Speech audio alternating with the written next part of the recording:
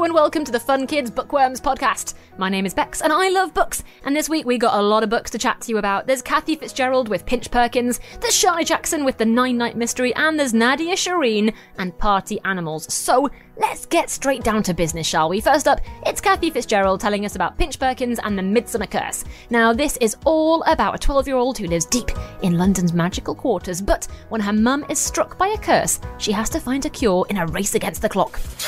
So I'm joined right now by a new author to Fun Kids, Cathy Fitzgerald. Hello, Cathy, how you doing? I'm very well, thank you. How about you? I'm so good. And you must be very excited because you have your brand new kids book out. Can you tell us a little bit about it? Yeah, so it's Pinch Perkins and the Midsummer Curse, and it's actually coming out next week. So I'm in the week before publication, which is a bit nervous and a bit exciting. So my hero is Pinch Perkins, and she's 12. She lives on Tricky Dragon Lane, which is deep in the heart of London's magical quarter, the Crooked Mile.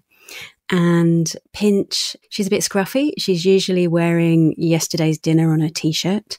She's got a fantastic pair of magical roller skates. They're midnight blue, and I covet them terribly. And she's also pretty feisty. She's got a stare that can stop a grown-up at 5 paces. And she is desperate to bust off the lane and go and have an adventure.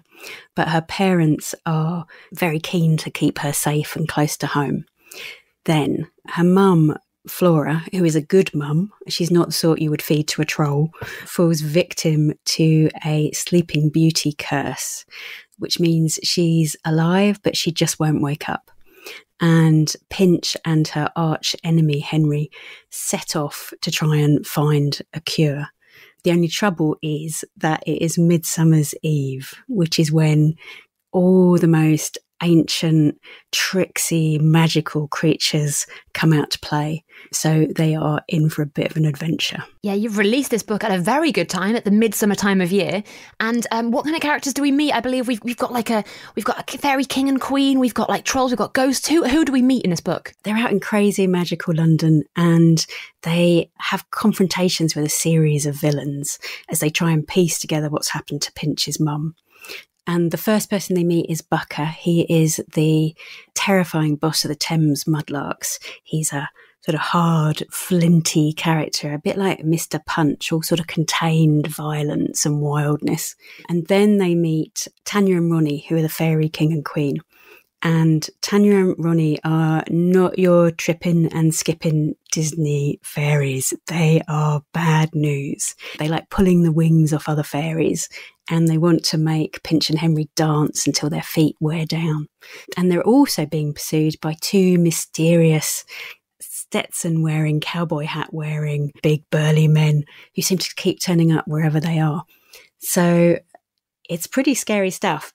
But Pinch and Henry are smart, and they have ridiculously cool magical roller skates, and they also have King Arthur's knights on their side. You have created such an incredible world with this book, but how did you do it? Because it must be weird to reimagine London, but with a world on top of it that you've created, right? I actually love that. I think in all of my work, I've sort of done a bit of that. I like having things that are real on one side and then things that are magical on the other, and I love bringing them together and finding that sort of strange, shivering place where things are both real and magical at the same time.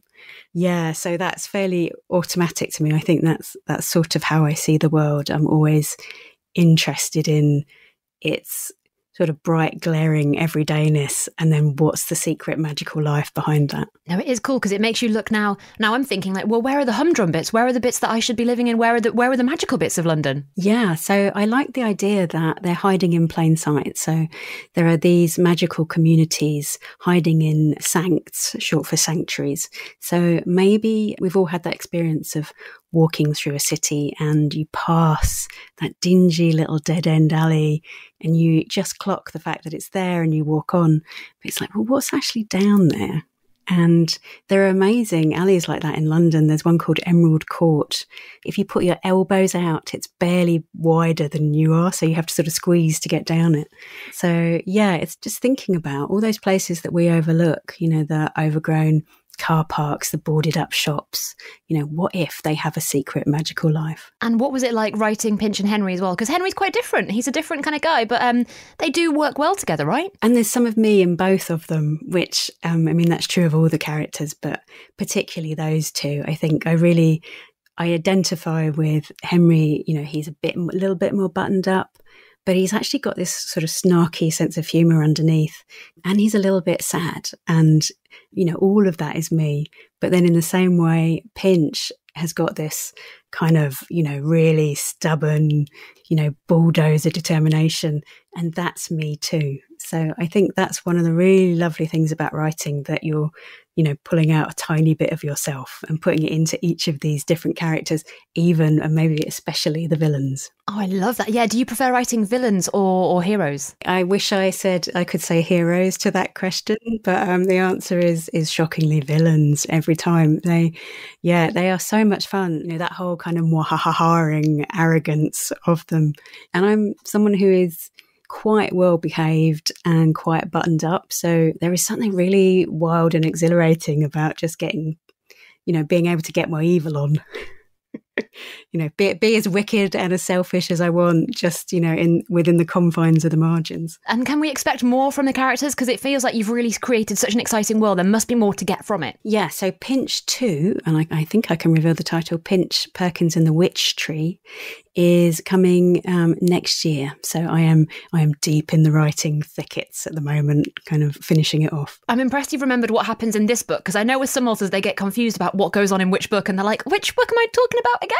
You get really deeply into the book you're in, and then all of a sudden you're sort of catapulted back to remember that there's this whole other adventure that's already happened. But yeah, no, it's just really fun. It's all rather fun writing and sort of discovering what happens each time, because I never quite know what's going to happen until it happens. So I love that. Now, speaking of fun, you've got an exciting package next to you that's just arrived, and I want to see what's inside it, because I'm quite nosy, to be honest. So I believe it might have a copy of your book and a few other treats. I thought we could open it right now, if that's okay. That sounds very exciting. Yeah, please do. Go for it. Hang on. This is cool. So describe it to our listeners, I guess. It's a big blue box, right? Yeah, so it's a big blue box. It's sort of maybe like the colour of a robin's egg, if you've ever been lucky enough to see a robin's egg, that kind of pale blue. And I am opening it as we speak. Oh, it looks like a really good gift box. Like you want something good inside there, and I think you're going to get it. Yeah. Yeah, like it's one of those the best Christmas presents ever moments. And it's covered, the top of it is covered. I can't see what's inside because it's covered in yellow, tiny little yellow, you can probably hear it, packaging to keep it all safe. So I'm pulling off the packaging. Wow. There's loads of it. Oh my goodness. There is. There is. So inside I have a copy of my book. So that's pretty exciting. And I like stroking my book. I have been known occasionally to kind of just set it on the other pillow beside me, which I think you're allowed to do when it's your first book. And then we have all kinds of papery bits inside. I have a mirror, a magic mirror. A mirror? That's a bit exciting. So I won't give the game away, but mirrors are pretty important in the book. So I have a mirror. I have some instant hot chocolate so that I can drink my hot chocolate while reading my book. And that's actually, they do drink hot chocolate during the book. There is, the way the characters get around in my book is via the hairline, which is this ridiculous transportation system that involves being whooshed or super whooshed around the country in sleds by hares. And you have the moon above you and you drink hot chocolate as you ride. So we've got one of those. What else have we got? And here we have Sherbet Dib Dab. Woo! Bright yellow packet of Sherbet Dib Dab. Yeah, and sherbet is very, very important in the book as well, because for magical people, when they're out in the humdrum world, that's the world where, us ordinary non-magical folk live, they go flat.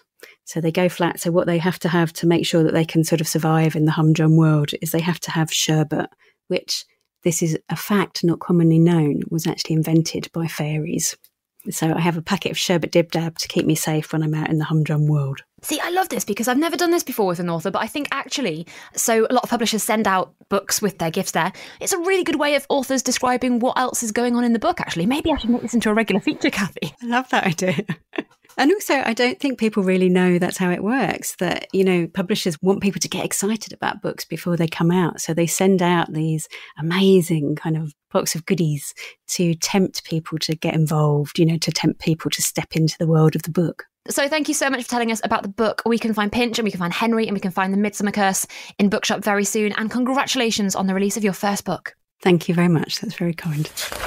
Big thank you to Cathy Fitzgerald for telling us all about Pinch Perkins. Next up, we got Sharna Jackson. Now, Sharna is a pretty well-accomplished and awesome mystery writer. And by that I mean she writes mysteries. She's not a mystery herself. And she's got a brand new book out called The 9-Night Mystery, which I loved. It's really fast-paced, twisty murder mystery where a surprise birthday party goes horribly wrong. Shall we find out a little bit more?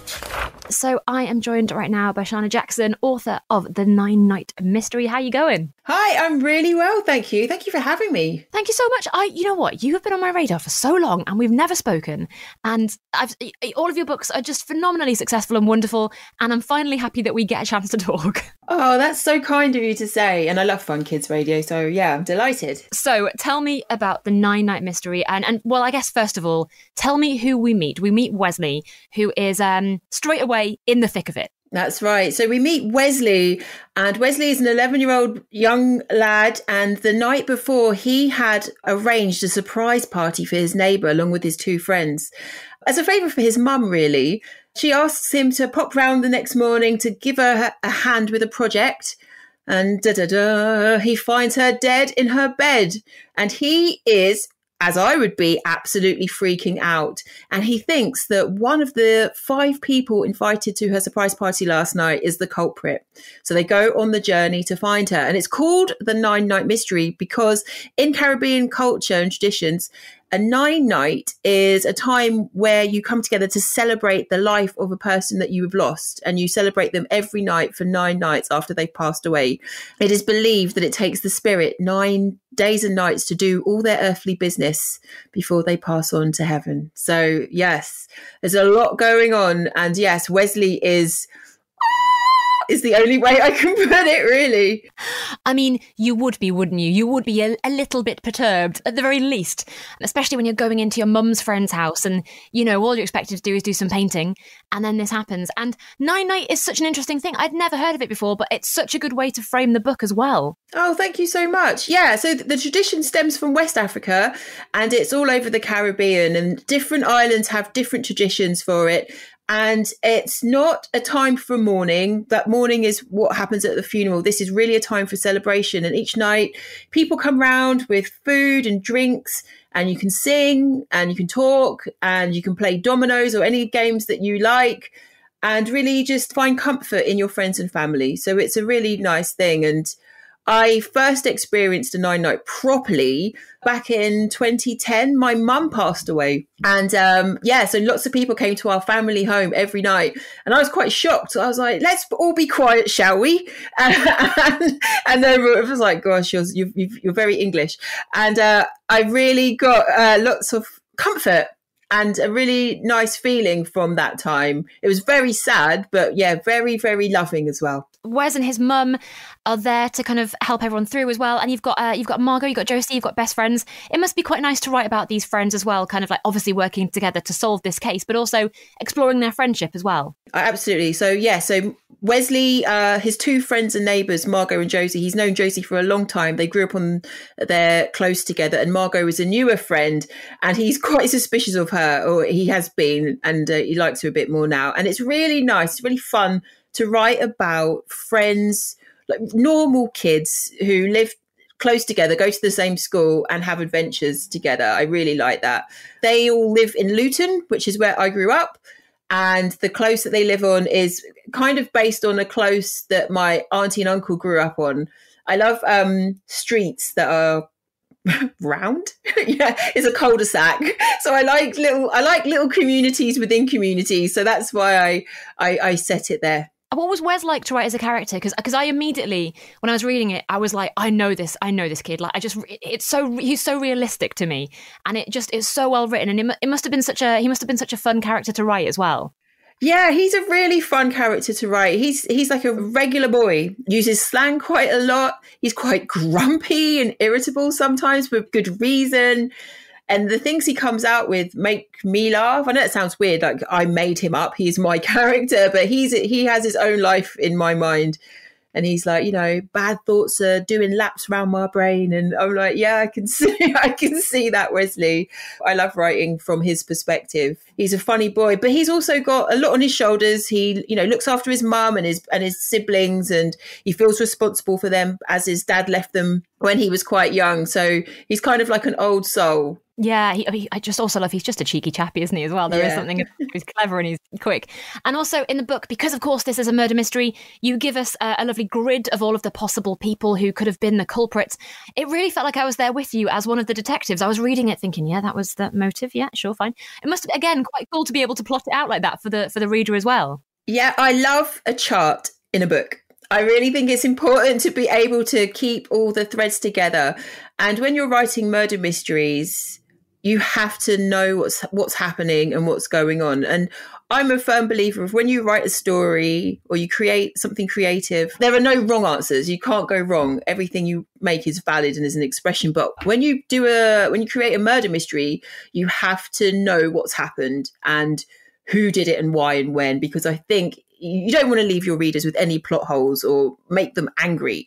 So yes, it's important to keep track of everything, and the chart is there for the reader and for me and for me and for me. If anybody out there wants to be a murder mystery writer, figure out what the crime is before you start, and then you can work backwards from that, and then you could put in all your red herrings and all your tricks and your scams. But yeah, you need to know who did it and why. This is top tips for me. Thank you. Just in case I ever do write one, I'm intrigued. And it must be, is it difficult to write one for kids? Are you worried that parents are going to be like, oh no, it can't be too gory? Or do you just go with it and see what happens? Definitely make sure it's not too gory. I'm writing something at the moment, and the murder method is icky, and I'm thinking I have to change it because I don't like it. I don't even want to read it myself. But no, I do think about that a lot. But for me, I write the best story I can, and I hope that children and their parents like it, really. I always want to make sure that the stories that I write for children are absolutely genuine and heartfelt, and I don't want to write down to children and young people. I want to meet them where they are with their stories. So I try and be as authentic as possible with them. So I write the best stories I can and hope that children love them. I don't want to dumb down or be patronizing to young people ever. Because I think that young people, when they read something that is patronizing, they can tell, they can smell a rat. And I never want them to smell a rat with me or my stories. Now, before I let you go, we always do a little quick fire round of questions here on Fun Kids for every author. And so as we've never met before, I thought I'd do it with you right now, if that's okay. All right, lovely. No stress, obviously. Books or Kindles? Books. Heroes or villains? Villains. Film adaptation or TV adaptation? TV adaptation. That's the one that a lot of authors struggle with, actually, that question. Miss Marple or Sherlock Holmes? Oh, that's like asking who my favourite child is. That's a difficult question. Miss Marple. Beginnings or endings? Beginnings. Hogwarts or Narnia? Narnia. Laptop or write by hand? Laptop. Do you write 9 to 5 or whenever you fancy? Whenever I fancy, let's say. Paddington Bear or Winnie the Pooh? Winnie the Pooh. Finally, the big one, salt and vinegar or cheese and onion? Salt and vinegar every day, all day. Cheese and onion is antisocial. Yes, that is the correct answer. You could say anything for the other ones. That's the one I wanted to hear. Listeners can't see me. I am literally punching you. Because you're right. It's antisocial, and people who say that are not good people. I could write a thesis on people who in for that answer. I tell you. Thank you so much. Thank you also for taking me quickfire round so seriously. I love this. You were in it there. That was great. Yeah, I wanted to expand on some of those, but I won't. It's quick fire. So yes. No, I appreciate you took it again. So some people don't quite appreciate the rules of the quickfire round. Sharna, thank you so much for telling us all about the 9-Night Mystery. I believe it is out right now. Is that correct? It is out right now. Absolutely. And thank you. And what a joy to talk to you. And hopefully I'll see you soon. You will. Thank you so much. And last but not least, this week, we're going to talk to Nadia Shireen. She's got a brand new, unmissable book in her best-selling series, Grimwood. It's called Party Animals, and in it, Sharon the party crow has lost her mojo. There's 3 parties in one day, they've proved too much for her, and now it's up to Ted, Nancy and Willow to help her get her groove back. So I'm here right now with Nadia Shireen, and we are talking about the brand new book in the Grimwood series, Party Animals. How does it feel, Nadia, to have another book out in your excellent series? Feels amazing. I can't believe I'm still allowed to do this. No one stopped me yet. I've not been arrested by the silly book police, which I was worried might happen. No, I had word with them and they were okay with it. They were quite happy about the books. Yeah, But that was fine. you. Thank you. Don't worry, I put a good word in. And is this the fourth book in the series? Is that right? Can you believe it? It's the fourth book. Unless someone told me off, a reader told me off. They said, no, it's the fifth. But it's the fourth proper book. I did a mini book for World Book Day a couple of years ago. So some people count that as a proper book. But if you're talking about full length, all guns blazing books, yes, this is number 4. Yeah, World Book Day books are just a little spicy extra, aren't they? They're Just a little extra spicy bit. extra. Exactly. They're the cream on top of Knickerbocker Glory. I love that. And this is Party Animals. And you know what? I read the book and by the end of it, I was like, there's quite a lot going on in this book, isn't there? It's a lot. It's chaos. Did you make it to the end, Bex? I did, yes. I did. You did. That's phenomenal. Yeah, there's a lot going on. So there is a character in Grimwood. Grimwood is a for those who don't know, forest full of pretty quirky animals. Our fox heroes are Ted and Nancy, and Ted's best friend is Willow, who's a little bunny rabbit. The mayor is a deer called Titus. There is a crow called Sharon, the party crow. Mm-hmm. We all met Sharon in the first Grimwood book. She likes to party anytime, anywhere, any place. She runs around with a party hat, blowing kazoos in people's faces. She's just on all the time. Have you got friends like that, Bex? Does this ring any bells? Oh, yeah, 100%. And I won't lie, they are very, very fun, but also difficult to be around for a long time. Yeah, they can be exhausting, right? But Sharon, she doesn't care if it's day or night. She's like, whoop, whoop, let's party. So everyone's used to this. And the book opens with 3 parties in one day, which, you know, for everyone is quite a lot. But for Sharon goes full pelt. But then the unthinkable happens in this book and Sharon loses her party mojo. It's a big loss, to be honest, let's face it. If you lose your party mojo and your thing is partying, like, what are you going to do? It's a crisis, but it's a crisis that the rest of the Grimwood animals come together to try and repair. Do they do it? Only you can find out if you read Grimwood Party Animals. Was that a good advert? That was a perfect advert. I felt at the end it was really, I was going to do the little RRP price kind of like out now. Yeah, love that. Pretty slick. We need to talk about so much of this book. Most importantly, the chapter titles were inspired. Right. So Sharon the party crow has a catchphrase that she cries whenever she's in town, which is a wooder. Often it's a wooder, a wooder, a wooder. She just runs around screaming it. It's her party cry. And so at the first, I was like, what should I call this first chapter? I guess I'll call it a wooder because, you know, it hints at Sharon. Chapter number 2, what should I call that? What about a wooder, a wooder? And you can see a pattern forming. And did you enjoy the title of chapter 15? In my head, it was just the 15 awoogas, but was it? You're right. No, it is 15 awoogas. I was going to say, I was correct. Like, did I misread it? You did not misread it. The pattern persistently carries on. You know, a joke's funny, and then it goes on and it becomes unfunny. But then if you keep going with the joke, even past its little phase of unfunniness, it gets funny again. That's my hope. To me, it was chapter 12 when I was like, hang on a second, how is she doing this? I don't know. The font gets bigger and bigger. Yeah.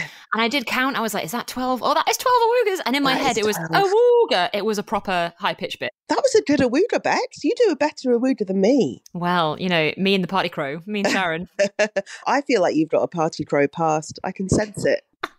We've also got to talk about Wild Hilda, who is kind of like from this amazing book from Days Gone By. Yeah, so Sharon and the guys find a book about the history, one of those dusty, fusty old books, and it's called The History of Party Crows.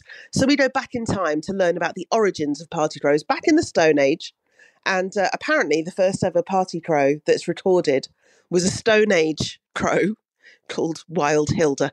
I don't know where I get these ideas from. It's strange, isn't it? So she's like an ancient party crow. And it says that, you know, with the right methods, you can bring Wild Hilda back to life. And she has immense powers. Do we think she has the power to restore Sharon's party mojo? Again, I refer you, please make haste to your local bookshop. I refer you to the source material that we are talking about. I refer you to the source material, yeah. Urge your parents, pluck at their sleeves and drag them to the nearest bookshop. and made them buy all my books. All of the Grimwood series. And we also have to talk about Ted and Willow because, you know, there's a lot going on with them as well. I know, right? So Ted the fox and Willow the bunny are BFFs. Or so we think until this book. They have a massive Barney. They have a massive fight. And it's a bit sad. I can't lie. I felt quite sad while I was writing it because I love those guys. I love all my characters. So to see them have quite a big fight was hard. But you know what? I mean, it happens, doesn't it? It does, yeah. Most friendships will hit a rocky patch. So this is their rocky patch, and it was quite interesting kind of figuring out how they can find their way back to each other. We also have Anushka Wispy, who is a beautiful hare with very long ears. And she's also a pop star who writes sad twinkly songs on her guitar. She's not meant to be Taylor Swift as a hare. If people thought she was a bit like Taylor Swift as a hare, that's okay. I was going to ask if she was based on any pop star in particular. My hunch was either Taylor or Ariana Grande, and I was going to double check which one it was. I love both those pop stars. So I'm not being mean, but I'm sort of taking bits of all those pop stars and sort of inventing, you know, if there was a pop star who lived in the woods who was a hare, what would they be like? And it's sort of a bit like that, but no disrespect to Tay-Tay. What's the Ariana Grande nickname? I don't even know. I don't know how correct this is. This feels weird. Ariana Grande fans are called two things. I was right. Arianators, which seems okay. That feels clunky. Or also, and I've never heard this, so I don't know how true this is, tiny elephants. Wow, tiny elephant. I love that. I might have to double check that. But yes, according to my old friend, Mr. Google. But your pop star is much more, I'm going to put it out there, adorable. And, you know, because obviously as a hare, of course, adorable. Yeah. She's adorable. She knows it. She can be a little bit, she's like, oh, yeah, I'm awesome. You're terrible. She's a bit like that. But she means it nicely. She can't help it. She's a mega star. And she finds herself living in Grimwood, so she has to make the best of it. And we need to talk about, I think, my favourite character, and I don't want to ruin it too much to say I ship this character with someone else. Rufus? Yeah, Rufus. So if you have read book 3 in the Grimwood series, and we meet Rufus, who is, I mean, there's a potential spoiler alert here if you haven't read any of the Grimwood books, so maybe I won't tell you who exactly he is. Okay. But he is a roughy-tufty fox who wears a neckerchief, and he's just cheerful and lovely. And I have a slight crush on him as well. Is that weird, talking about a fox character I've invented? I was going to say, the fact that you've invented him, but you know what? Go lean into it. That's fine. I've written my fox boyfriend. That's absolutely fine. He is a lovely, lovely character. He's a lovely character. He meets another lovely character in this book, and that's. Did you feel a romantic spark? I did. Was I not meant to? No, maybe it's ambiguous. No, it's ambiguous. There's definitely something.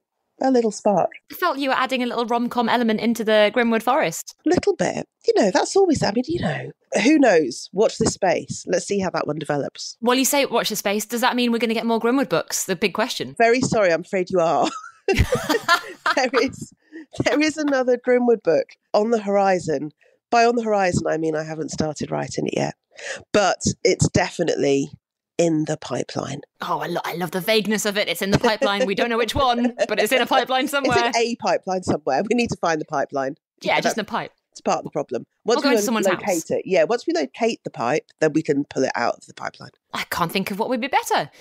Just a lovely new Grimwood story from a pipe somewhere. Well, thank you so much for telling us all about party animals. I believe, as we've already described and advertised, it's in bookshops and probably libraries and online everywhere. All bookshop. If it's not in your local bookshop, then you can ask them politely, and they'll probably order it in for you. Or I believe you can probably buy it on the internet. The power we hold, the power. Or if not, maybe it's in a library.